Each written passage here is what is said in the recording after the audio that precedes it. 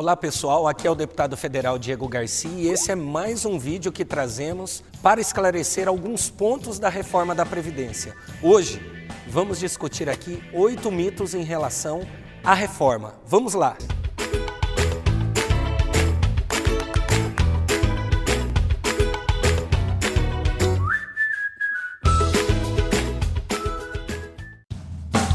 A reforma da Previdência vai acabar com a aposentadoria. Não, isso é uma grande mentira. A reforma da Previdência vem para reparar algumas injustiças sociais em nosso país. Hoje, falando de uma forma proporcional, o pobre acaba pagando mais e ainda tem mais dificuldade para se aposentar. Já o rico paga menos proporcionalmente e se aposenta proporcionalmente na média mais cedo. Veja aqui essa foto que circulou nas redes sociais. Além de dizer que já teríamos votado a reforma da Previdência, o que não é verdade, afirmou ainda que iríamos acabar com a aposentadoria. Mais um equívoco. O que nós votamos na CCJ foi apenas a primeira etapa, se a PEC estava ou não de acordo com a Constituição Federal, para assim passarmos para a segunda etapa, que é agora a discussão da reforma ponto a ponto na comissão especial. O BPC vai ficar em R$ 400. Muitas pessoas estão dizendo que sim, não é mesmo? Mas isso também não é verdade. A reforma da Previdência está propondo uma antecipação de parte do benefício. Como assim, deputado? Em vez do idoso receber o BPC de um salário mínimo somente aos 65 anos, ele passaria a receber já aos 60 anos um adiantamento de R$ 400. E ao completar 70 anos, voltaria a receber um salário mínimo. Mas essa alteração causou uma repercussão muito negativa na população, até por falta de uma explicação melhor por parte do governo. Eu acredito que essa proposta não vai conseguir avançar desse jeito na comissão.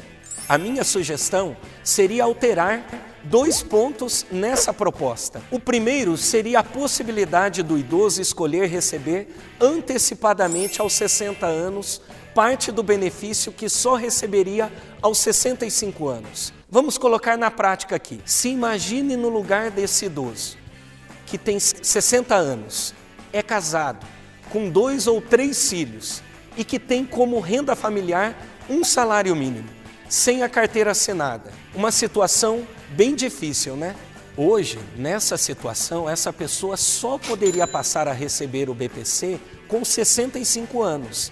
Não seria bom ele ter uma opção de receber este benefício aos 60 anos imediatamente? Essa antecipação poderia aumentar um pouco a renda familiar ou até permitir que uma pessoa sem trabalho tenha um mínimo de apoio para custear um remédio ou um alimento e com isso trazer um pouco mais de qualidade de vida para essa família. Você não concorda? Outro ponto que estamos discutindo em relação ao BPC e que não está na PEC é a possibilidade de uma família que tenha mais de uma pessoa com deficiência possa receber mais de um BPC. Hoje isso é impossível. Imagina só. Apenas um filho recebe o BPC, sendo que seus outros irmãos também precisam de atenção especial em função de uma deficiência ou doença rara. Injusto, não é? Por isso queremos mudar essa situação. Desde 2017 eu luto por essa alteração no BPC. Inclusive sou autor de um projeto de lei, o PL 7.588 de 2017, já aprovado na Comissão dos Direitos da Pessoa Idosa, que permite que mais de um membro da família com outra doença rara ou deficiência receba o BPC.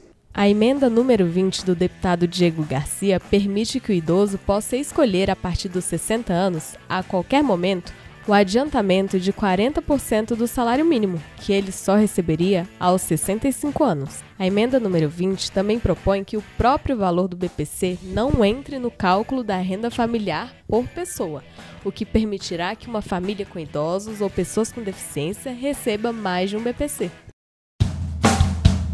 A reforma da Previdência não seria necessária se as dívidas dos grandes devedores fossem pagas. Isso é falso. O total das dívidas previdenciárias somam cerca de 490 bilhões de reais. Esse valor, se fosse pago integralmente, resolveria o déficit da Previdência por menos de 2 anos apenas. Você sabia? Sem falar que muitos desses devedores já nem existem mais, como a Varig, a VASP, a Transbrasil, que sozinhas devem mais de 6 bilhões de reais. Então, podemos dizer que é bem mais complexo do que isso. Somente 160 bilhões podem ser facilmente recuperados pela União. O gasto com as aposentadorias está equilibrado no Brasil. Mais um ponto falso. No dia 7 de maio deste ano, o Banco Interamericano de Desenvolvimento, BID, divulgou dados de sua última pesquisa, apontando que o Brasil é o país que mais gasta com aposentadoria na América Latina. Segundo a pesquisa, a Previdência consumiu 12,5% do PIB brasileiro em 2015. O PIB é toda a riqueza que produzimos em um ano. E caso não haja reforma no sistema de aposentadoria do país, esses gastos poderão chegar a 50% do PIB em 2065. Além disso, de acordo com o levantamento, o país gasta com a população mais velha 7 vezes mais do que destina aos mais jovens, que são os que mais precisam de investimento em educação, emprego, entre outros. O nosso gasto previdenciário é muito superior a outros países que têm uma população mais envelhecida que a nossa, como vocês podem ver aí no gráfico. Segundo dados do IBGE e da OCDE, o Brasil gasta a mesma coisa que países como França e Portugal, que têm o dobro do percentual de idosos no país.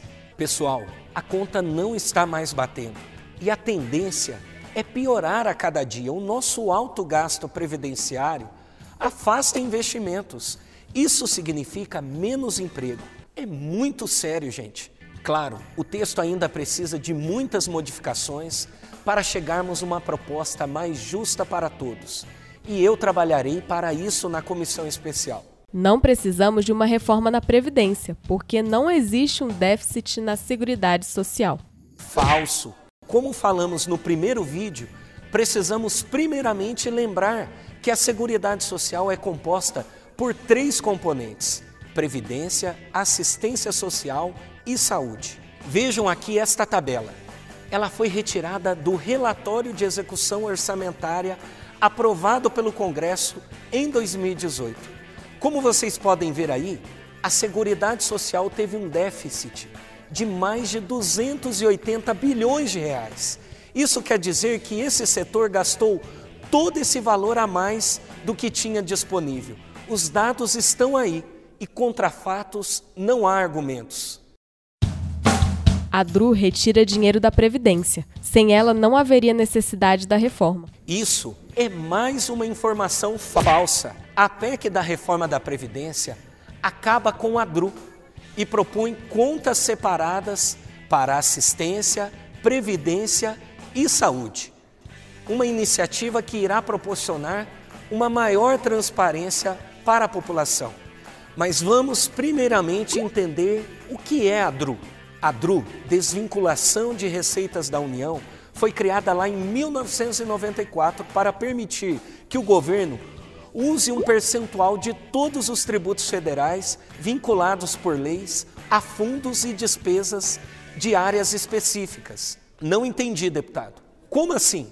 Vamos pegar o exemplo do COFINS, que foi criado exclusivamente para financiar a Seguridade Social. Com a DRU, hoje, é possível retirar um percentual dessa arrecadação e usar esse recurso para cobrir outro tipo de despesa, por exemplo. Mas isso vai mudar. Com a aprovação da PEC, acaba a desvinculação das receitas da Seguridade Social. Independente disso, a DRU não retira receitas da Previdência especificamente. E mesmo sem a DRU, a Seguridade Social como um todo seria deficitária. O Tribunal de Contas da União já se manifestou sobre o tema e concluiu que haveria o déficit mesmo sem essa desvinculação das receitas. Todo mês, o Tesouro divulga um balanço dos resultados da Seguridade Social, com e sem a DRU. Se vocês olharem aí o relatório, verão que o déficit da Seguridade Social foi de mais de 280 bilhões. Sem a DRU, que foi de mais de 109 bilhões, o rombo ainda ficaria em torno de 170 bilhões. A reforma da Previdência vai privilegiar os mais ricos e prejudicar os mais pobres. Falso. A reforma, ao chegarmos a um texto melhor construído e analisado, poderá sim ser favorável aos mais pobres. Primeiro, porque hoje, de acordo com as regras atuais, apenas quem tem mais dinheiro consegue se aposentar antes da idade mínima. O mais pobre continua trabalhando mesmo depois da idade mínima. Como assim, deputado? Vamos lá. Imagine o João, um servidor público que tem estabilidade em seu trabalho.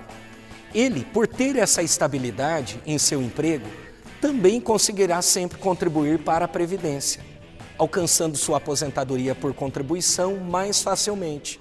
Agora, imagine o Pedro, que não teve as mesmas condições e, por ser pobre e não ter a mesma estabilidade no emprego, também não conseguirá contribuir para a Previdência com a mesma constância, levando muito mais tempo para conseguir a sua aposentadoria. Outra situação que acontece hoje e que causa esse desequilíbrio são as altas aposentadorias do funcionalismo público. Isso significa que toda a sociedade, inclusive os mais pobres, estão financiando essas aposentadorias. Ou seja, na prática, tira-se dos mais pobres para financiar a aposentadoria dos mais ricos. E a reforma da Previdência vem justamente para mudar essa situação e equilibrar o sistema, fazendo com que os mais ricos paguem mais e por mais tempo, além de sobrar mais dinheiro para investimentos em áreas como saúde, educação e segurança. A reforma trará otimismo para os empresários, dando mais oportunidades para investimentos no país, o que leva a um aumento da renda e do emprego, favorecendo principalmente os mais pobres.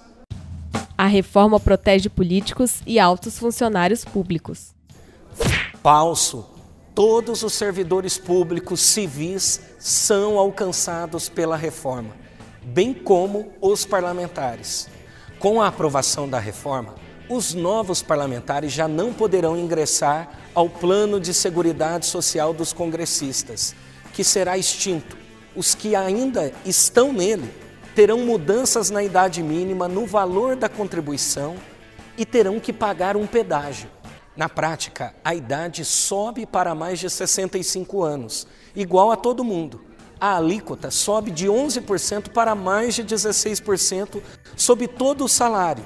E o parlamentar ainda terá que pagar um pedágio de 30% no tempo que falta para 35 anos de contribuição. Lembrando que esse pedágio de 30% é apenas para os deputados e senadores. Teremos ainda uma transição até o fim desse regime, que implicará em trabalharmos mais e pagarmos mais para nos aposentarmos. Após as mudanças, eu, por exemplo, só poderia me aposentar aos 65 anos, como todo mundo.